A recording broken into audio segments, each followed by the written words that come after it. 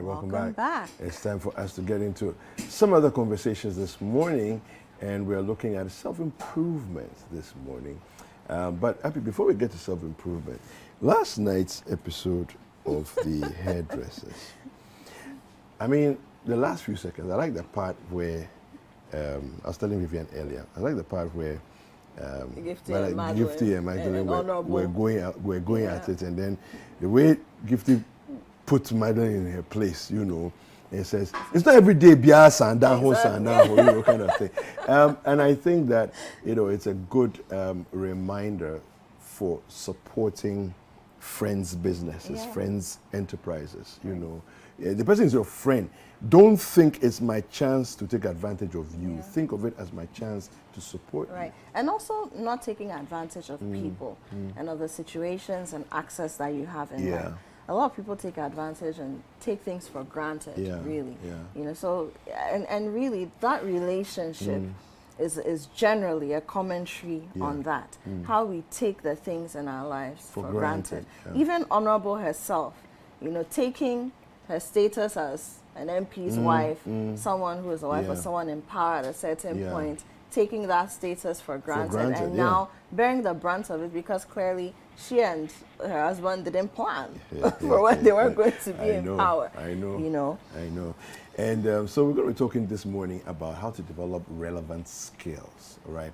Now, the challenge with a lot of education in Ghana today is that we're giving a lot of academic knowledge, you know. The book knowledge is fantastic, but many employers, you know, have a complaint that when the people have finished and they even have a first class, you realize that they are doing a lot of skills training on the job, you know, and so there's a challenge, and that chasm between skill and knowledge has to be, you know, closed up. We have the perfect person to help us to get into this conversation this morning. Hannah Abrahams, she's a pastor, an author, a teens and youth educator, all right, and she's right here with us. No stranger to the set. At all. Good morning. Good morning. How are you? I'm good. Fantastic. Wonderful. It's good to have you here. Okay, good. How many books have you churned out now? She's a prolific, because author. When she arrives on the set, okay, at one point she has 3 books. Then the next time she shows up, 3 books. Oh, no, I have 3 more. Then another time, then there's more. So how many do we have now? An update. We need an update. Well, we have a new baby. A new book Didn't called... you see it? There we go. Yeah. It is Never Late. It is never late. That's the title. Yeah. Okay. But we spoke about this. Yes, book. we did. And it's been birthed. It's been birthed. It's published. It's out. Congratulations. Thank you. Okay, so why it's never late? Many people reach stages in their life where they feel they have hit a roadblock. Personally, I am an environmentalist, and I went into ministry because my husband was a missionary. So in traveling, I realized that there was a halt on my academic dreams. Yeah. So at a point in time, I felt I had slowed down on my academic pursuits. And gunning for a PhD. I know, right? I was actually wanting to be the pro-vice chancellor in one of the top universities. Okay. It was my dream as a young student. Okay. And so suddenly I felt like I had deviated from my academic dreams. And then in searching through the scriptures, I found many people with similar replete examples of delayed activities in their life. And I was inspired divinely to come up with an affirmation that is never late, because God helped me to look at other areas of my life, and I'd actually made more progress in different spheres and different areas, which meant that I felt I was late in academia, but I'd actually gained more experience in many other areas. Wow. And that's a brilliant context for our conversation, because we're talking about developing relevant skill sets. You know, so first of all, let's just put into context that we throw the term around a lot. Skill sets, skills, you know, what does it mean when we say a skill set? Okay. When we talk of skill sets, it's usually a range of personal and professional skills, which could be natural or acquired in the learning process or in the learning curve. So like we started with, in our educational setting, we go to school, to gain knowledge on various topics. Yeah. But what do we do with that knowledge?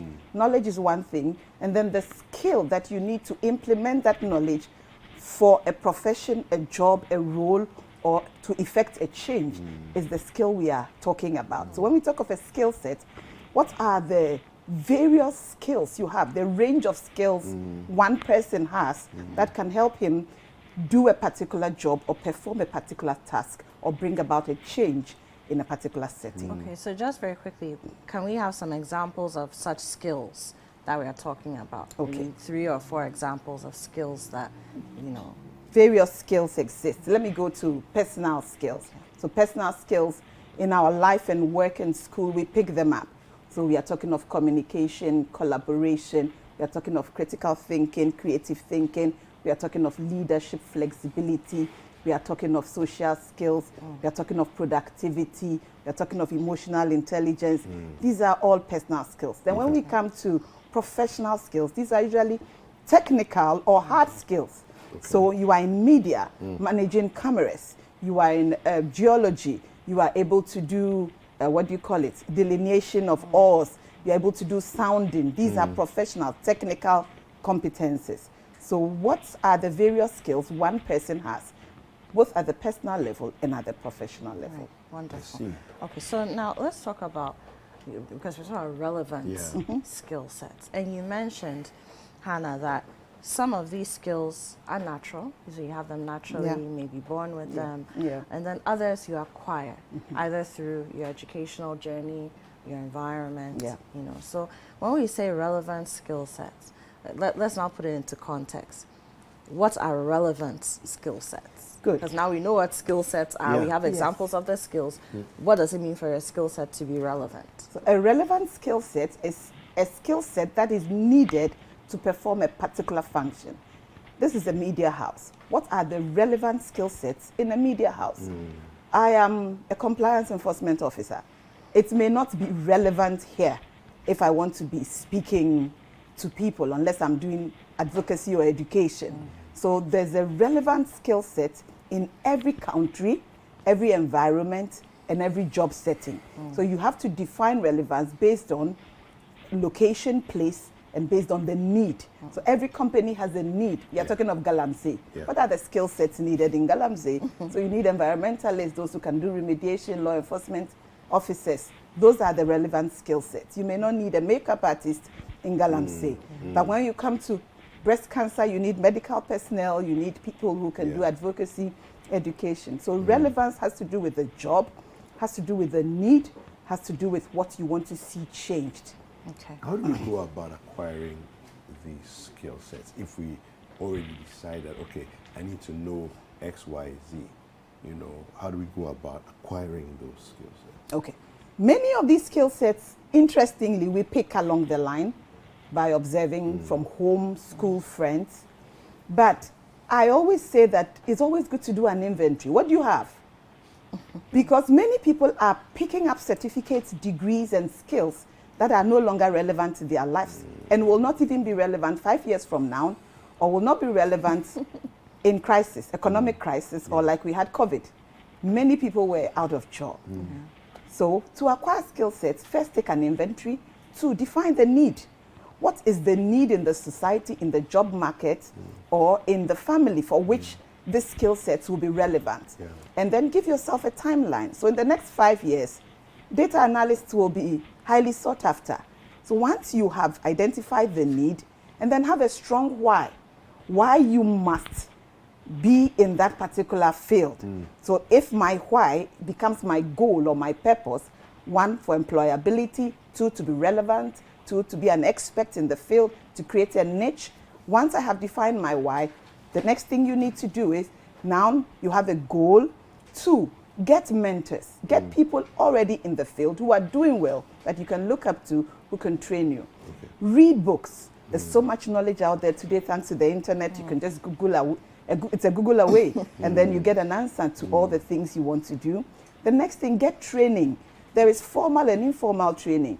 People are not willing to invest in becoming better people. For example, we all speak. Nobody feels I can speak. But to become a communication expert, you must be willing to pay extra to develop that skill to communicate professionally. So get skill, then now practice. Whichever skill, you may get initial training, but if you don't use it, you lose it. So practice, practice, practice. You lose it. Then get feedback. What do people say with respect to your ability to deliver in line with that particular skill? If you put these things in place, definitely you would be improving and you will become very relevant in the particular sphere of influence you want to enter. Now, we've spoken about how one can acquire skills along the way. I have a question. How do you recognize the skills that you already have? Because a lot of people have skills, but they don't even know that they have those skills, and so they're not even able to hone them, let alone apply them. Okay, very true. You can recognize by one, asking friends, asking people close by, what do you think I'm good at? And people tell you, oh, you like smiling, you like motivating, you like encouraging. Number two, you could also offer your services voluntarily to people. That's why we encourage students to do internships, work for free, volunteering. It helps you discover things that are in it that you never knew existed. I knew I love storytelling, but I didn't think I could write.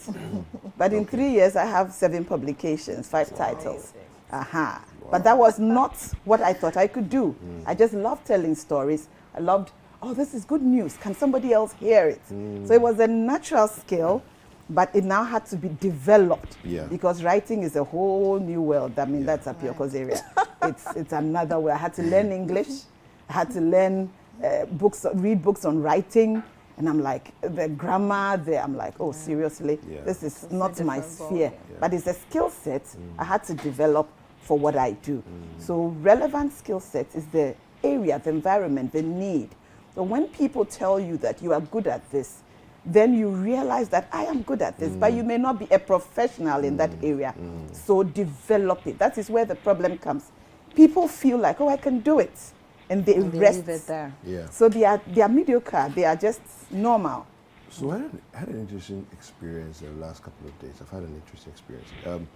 So the first thing that happened was I got this, you know, when you go to some of our shops, they have these like cabinets and things that you assemble, right?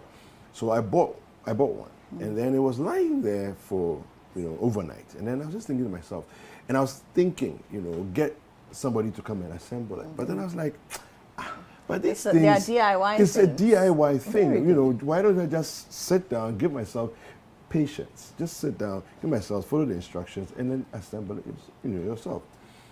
It took me, this is a TV stand. It took me the better part of maybe 2 hours. I was done. The thing was assembled. It was there. And this shocked my girlfriend. She hadn't seen that. No, at all. Even you hadn't seen it. So yesterday, I was driving with her in the evening, and then suddenly I had a flat tire. And then she panicked and said, what are we going to do? I said, what are we going to do? I'll fix that tire. And she was like, you can fix the tire? I said, but you know, it's a skill. It's a skill. It is. And sometimes you have the ability to do certain things, but you don't even pay attention to those things. You know, I realize I have this tinkering mind that likes to figure out how But things work. are you good at puzzles? I love puzzles. So it's the same principle. Yeah. You know, I just like to figure out how things work. But that's a skill. And It's for critical me, thinking. For me, I can't rest if I don't know how it works. Same here. Once it comes to my curiosity, right, and I want to find out how it works, I will not fall. I can't fall asleep till I'll have sleepless nights. But that's a critical thinking skill. You question things, you try to find solutions. So in the broad brackets, it's a critical thinking skill. And then you are willing to solve it. Many people, problem solving skills, many people just don't have these skills or have them, but having quantified them or having taken note of them. So when they go for interviews and they ask, what are the skills you have? They are like, I don't know. Yet they are rich with all these skills. But because they haven't taken an inventory of their life, what they can do, and actually document, I insist on documentation. Write the things you can do and surprise yourself. And you realize that, oh, I could actually do a lot more than I thought I could do. And then now value how much and professionalism you have with respect to the various skills. And then see what is billable, billable skills, right? Yeah. So I was going to ask you how to then monetize your skills, because it looks as though, regardless of how much knowledge you have, if you don't have requisite skills, it's people are looking for skills now. Yeah. You know, how do we monetize these skills? Who is willing to pay for that skill? Okay. That should be your first question before you think of the money. Okay. Starts with who is willing to pay and how much are they willing to pay. Is there even a market for it? Is there a market for it? There is a market for every skill. That one is true. Okay. I was just going to tell you, your TV stand, when you finish fixing, did you pay yourself? You see? Yet you would have brought in somebody and had given him maybe 50 or 100 Ghana because you never thought it was a skill and you didn't value it. But you should have paid yourself. So I've saved myself a good 100 Ghana. Did you note that down? By doing the thing myself. Exactly. Yeah. So when we learn to see how these skills would save us money or can earn us money, we now improve these skills and then market our skills to people who are willing to pay for it. Today you have people who, when it's an engagement, they offer ushering services and they are being charged for it, where before it was friends and family. If it's speaking, people speak and are earning money. Yeah. People are earning millions to speak. I mean, last time I checked the rates people get for speaking for an hour, I'm like, wow. But others are speaking on the roadside every day. They are talking about all the economic problems and they are not earning any money for it. So you can market your skills and get money from it if you know the value, if you are willing to invest in it, develop it, and become an expert in the field. People will pay you. I'm sure people want to get in touch with you. How do you do that? People should get in touch with you. On social media networks, I'm Hannah Abrahams-Appiah. You can get in touch with me on Facebook, LinkedIn, Instagram, Twitter. Fantastic. And then my number 054-706-4982. That's my number. All right. You can also hit me up on Twitter at KwekuDavidGH. I fix TV stands. And Appiah at Appiah. I write anything and everything you want me to. I can fix TV stands and I can paint your room too. Thank you very much. Yeah, I do that too. You can hit us up. Interior decoration. Small fee. Yeah. Well, let's take a look at entertainment highlights. We'll be back.